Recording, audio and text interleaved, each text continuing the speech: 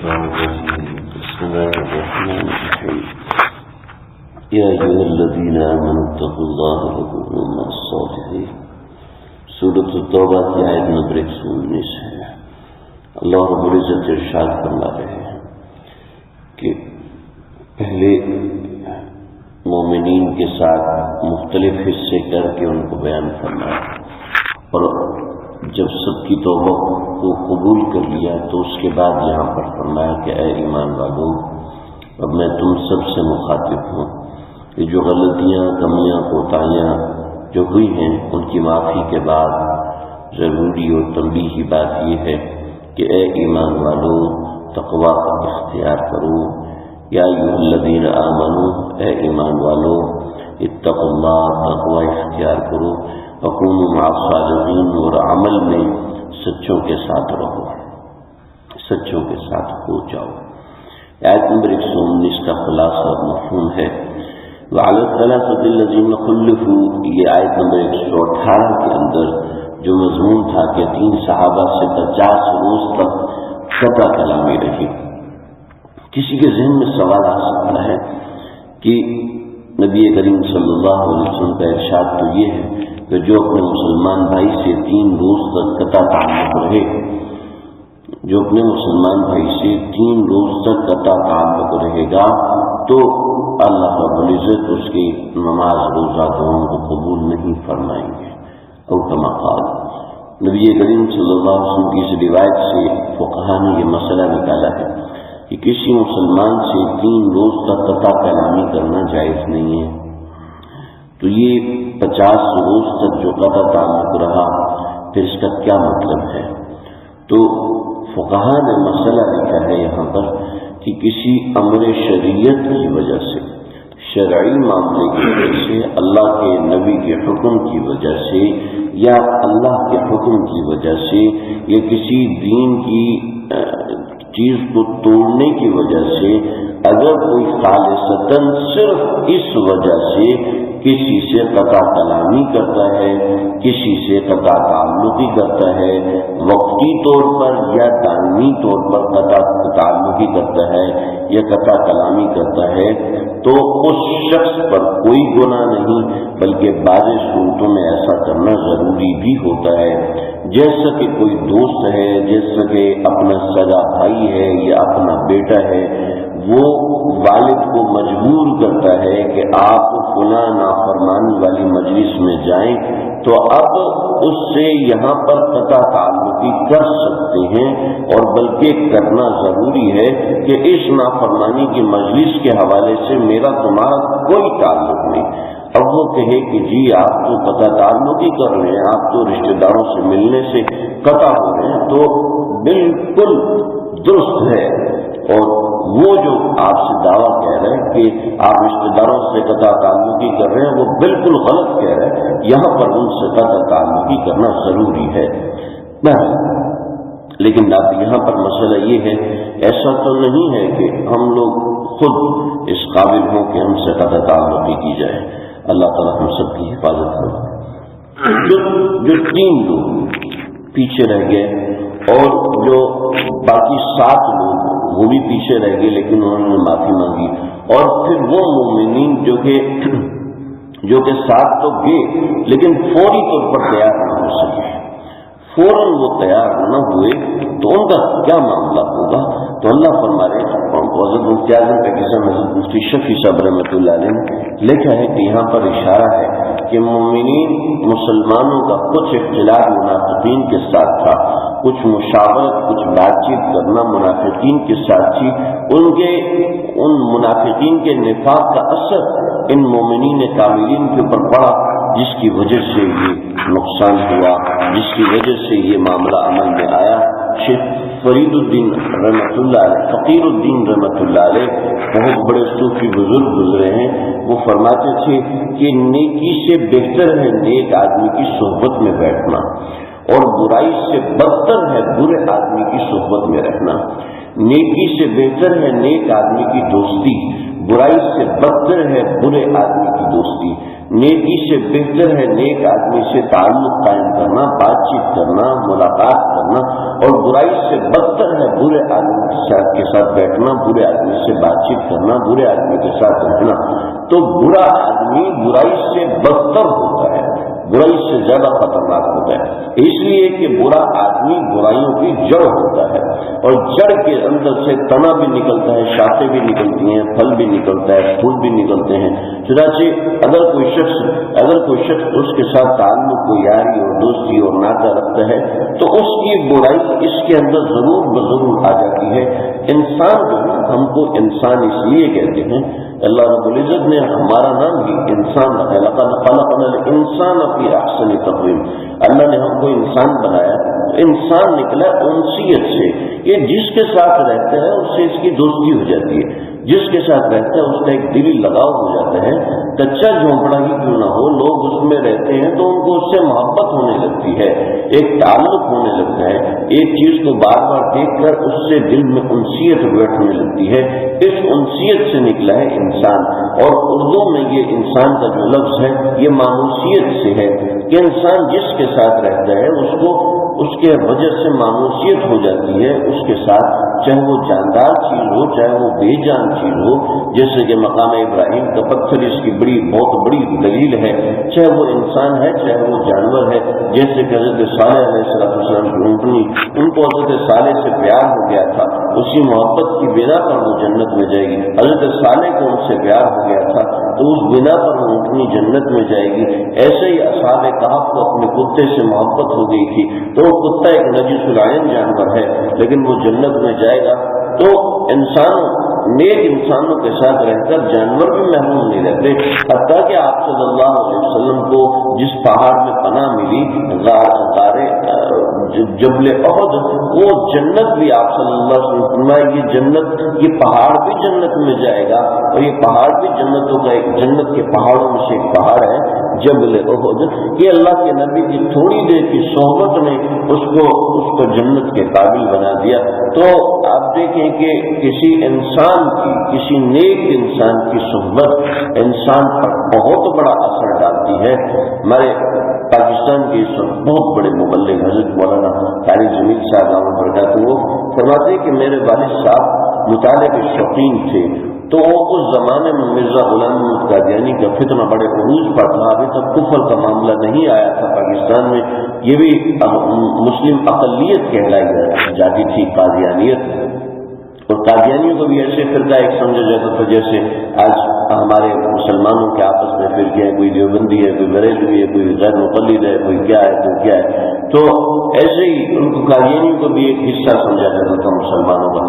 تو جیسے آج ہم لوگ ایک دوسرے کی کتابیں پڑھتے ہیں تو سب مسلمان ہیں، جیسے بھی ہیں اہل سنت والجماعت سے تعلق ہے، تو ایک دوسرے کی کتابیں اگر پڑھ لیا تو غریبت اس کے نظریات ذہن میں آتے ہیں، کچھ سمجھ میں آتے ہیں، ان کے دلائل بھی سمجھ میں آتے ہیں، تو انہوں نے کتابیں پڑھی اور کتابیں پڑھ کے جی مجھے تو یہ قادیانیت سمجھ میں آ گئی اور قادیانیت ہو گیا، قادیانی ہو گیا۔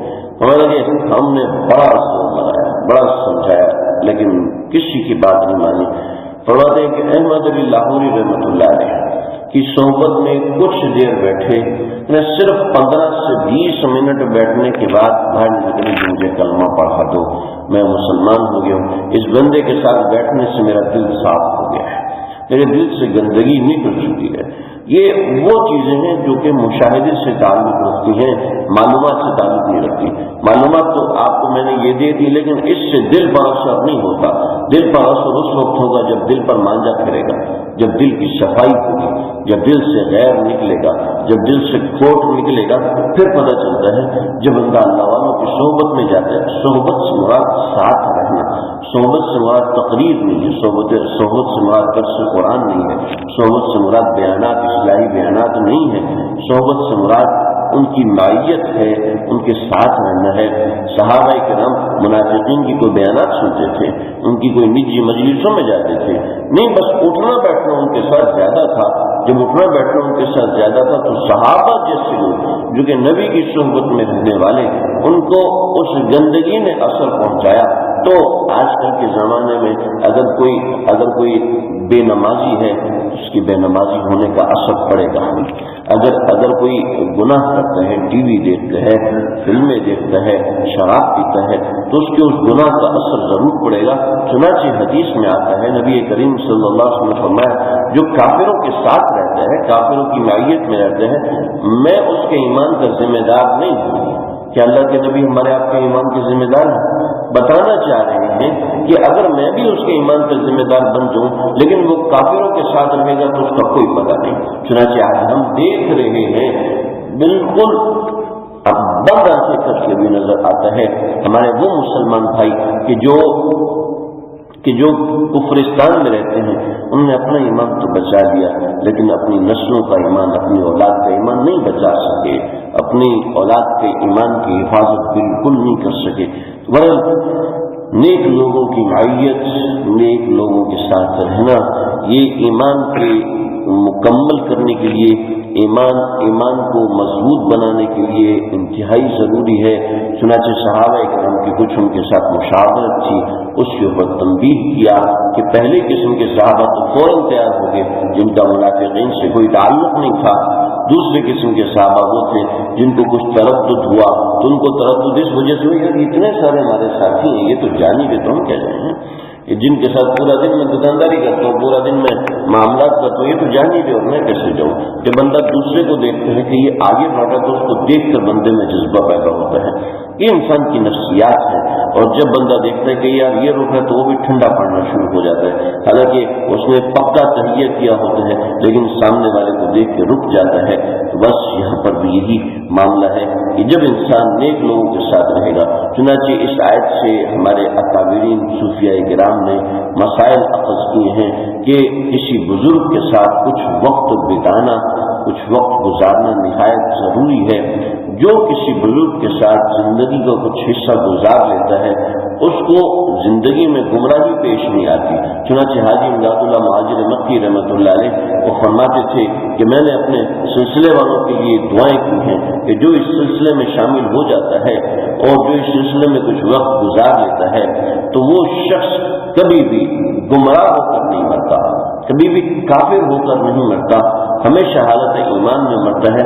چنانچہ میرے بھی 2-3 مشاہدات ایسے ہیں کہ کچھ لوگ ایسے تھے جو کہ مرتد ہو گئے لیکن الحمدللہ چونکہ سلسلے میں داخل تھے، ایک صحبت اٹھائی ہوئی تھی، ایک وقت ساتھ گزارا ہوا تھا تو کالے اور سفید کی پہچان ہونے لگی.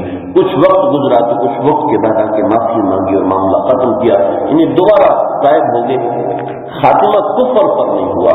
امام راضی رحمۃ اللہ علیہ بہت بڑے ایسے تفسیر کبیر لکھنے والے آدمی اور ایسا زبردست ان کا علم، تو کہنے لگے کہ کون صادقین سے یہ مطلب ہے بس نیک لوگوں کے ساتھ بیٹھے رہو.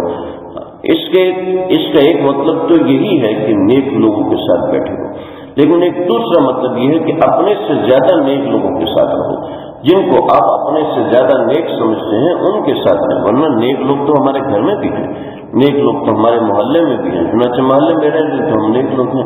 نہیں، اپنے سے زیادہ جس سے آپ دین سیکھنا چاہتے ہیں کچھ وقت ایسے کے ساتھ رہیں. تو امام راضی رحمۃ اللہ علیہ وہ اس حال میں ساری زندگی گزاری. تو ایک وقت ابو الحسن خرقانی رحمۃ اللہ علیہ جو کہ محمود الحسن غزنوی کے بھی شیخ تھے، تو ابو الحسن خرقانی رحمۃ اللہ علیہ سے ملاقات ہوئی.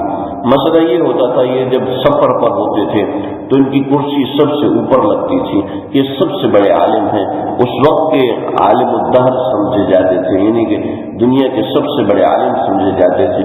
تو وہ جب وہاں پہنچی تو دیکھا کہ مجھ سے بڑی ایک کرسی ہے. جی پتہ نہیں کون سا اتنا بڑا محدث ہے جو غزنی کا رہنے والا ہے اور ایسا اور ویسا. چنانچہ بیٹھے انتظار کریں دیکھو تو صحیح کیسا عالم ہے. چنانچہ شیخ ابو الحسن خرقانی رحمۃ اللہ علیہ وہ تشریف لائے، وہ اس کرسی پر بیٹھ گئے. پوچھا کہ یہ محدث ہے؟ کہا نہیں. فقیہ ہے؟ کہا نہیں. پھر کیا؟ جی تو درویش منش آدمی ہے، صوفی سادہ اللہ والا آدمی ہے. تو امام راضی رحمۃ اللہ علیہ آگے بڑھے اور کہنے لگے کہ حضرت آپ کو اتنی بڑی جو مرتبہ دیا ہے تو لوگوں نے کیوں دیا ہے؟ تو فرمانے لگے لوگوں کے نیک گمان کی وجہ سے مجھے اوپر بٹھایا، ورنہ میں کوئی نہ عالم ہوں نہ یہ ہوں نہ وہ ہوں۔ تو چاہیے تو یہ کہ علماء کو آگے رکھا جائے، تو یہ نہ آپ عالم ہیں، آپ کو آگے کیوں نہیں رکھا؟ کیا بتاؤ تم کس چیز کے عالم ہو، تم کس چیز کے عالم ہو؟ تو کہنے لگے کہ مجھے وحدانیت باری تعالیٰ پر 100 دلائل ازبر ہے۔ اس زمانے میں زیادہ سے زیادہ 1-2 دلائل لوگوں کو ذہن میں ہوتے تھے، یا جو بڑا عالم ہوگا اس کو 10-20 دلائل ہوں گے۔ امام راضی 100 دلائل ہر وقت ازبر رکھتے تھے، اور اس کی وجہ سے انہوں نے لاکھوں لوگوں کو مسلمان کیا تھا کہ مجھے 100 دلائل اللہ کی وحدانیت پر آتے ہیں۔ تو مسکرائے، فرمانے لگے راضی دلیل کس کو دی جاتی ہے؟